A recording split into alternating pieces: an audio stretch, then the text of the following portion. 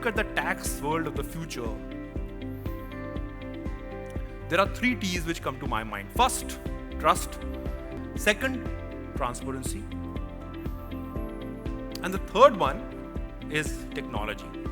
I think those are the 3 T's on which the tax function of the future is going to leverage to continue to create the next set of outcomes that it has for India Inc. And I think at some level, the transparency quotient will really help us leverage the first T and create more trust in the system. Something that we can always say that we have a tax code, but I'm sure, as we move forward, this tax code will get manifested and grow from the more mature companies to the less mature companies to the young companies.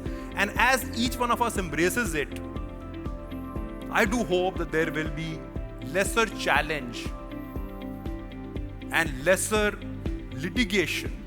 There is such heavy analytics and manifestation of technology these days, which the department itself is using, that we need to be able to leverage technology to our advantage.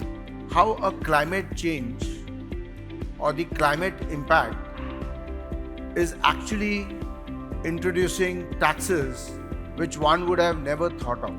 So if you look at the climate issues, the questions which need to be addressed are around food. How do we feed ourselves? Mobility. How do we move around? Energy. How do we power ourselves? Construction. How we build things. Manufacturing. How do we go about manufacturing? And based on net zero commitments which every country has taken, you will find new taxes coming up. And I think you all know CBAM. And I just wanted to bring some perspectives around CBAM. How did it start? EU has made a net zero commitment as part of its Paris Agreement and the UN framework on Convention on Climate Change. So EU actually, the European Union, needed to impose higher obligations on its own industrial activities in carbon intensive sectors. So they had 2 challenges to address.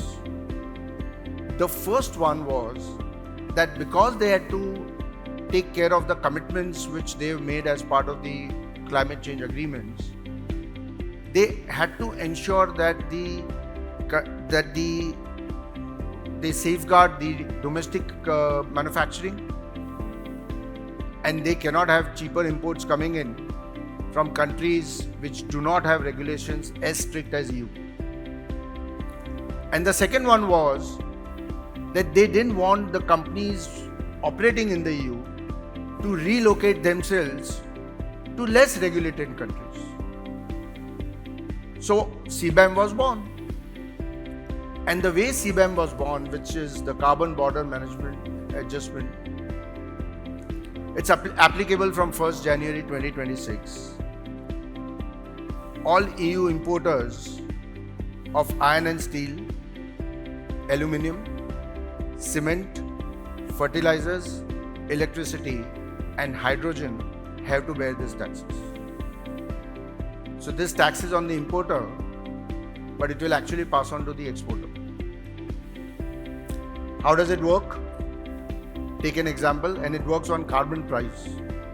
So the carbon price in the EU per ton, per carbon dioxide per ton, the price is, let's say, $100.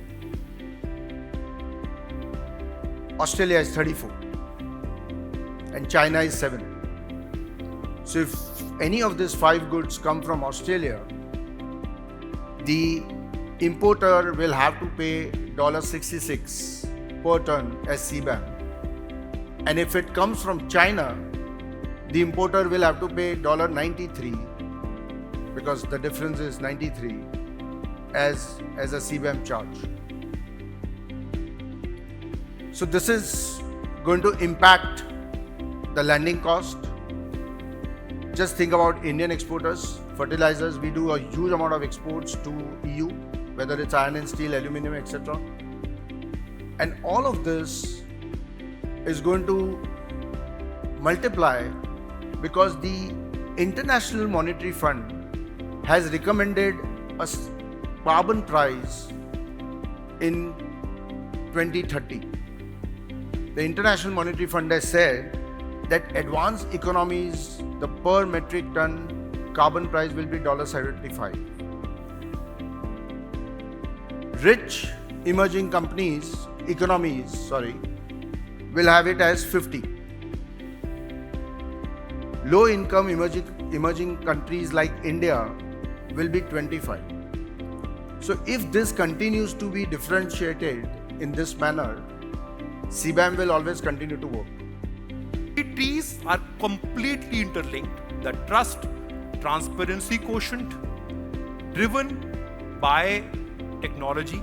So I just wanted to bring the point that how a climate change is going to bring in new tax and how that tax is going to impact the supply chain and how can it impact some of the dream which we are having as a country that we want to reach there. Technology is going to help us do the compliance at the level we want to do. Compliance at the level we need to do will bring transparency, and transparency will bring trust.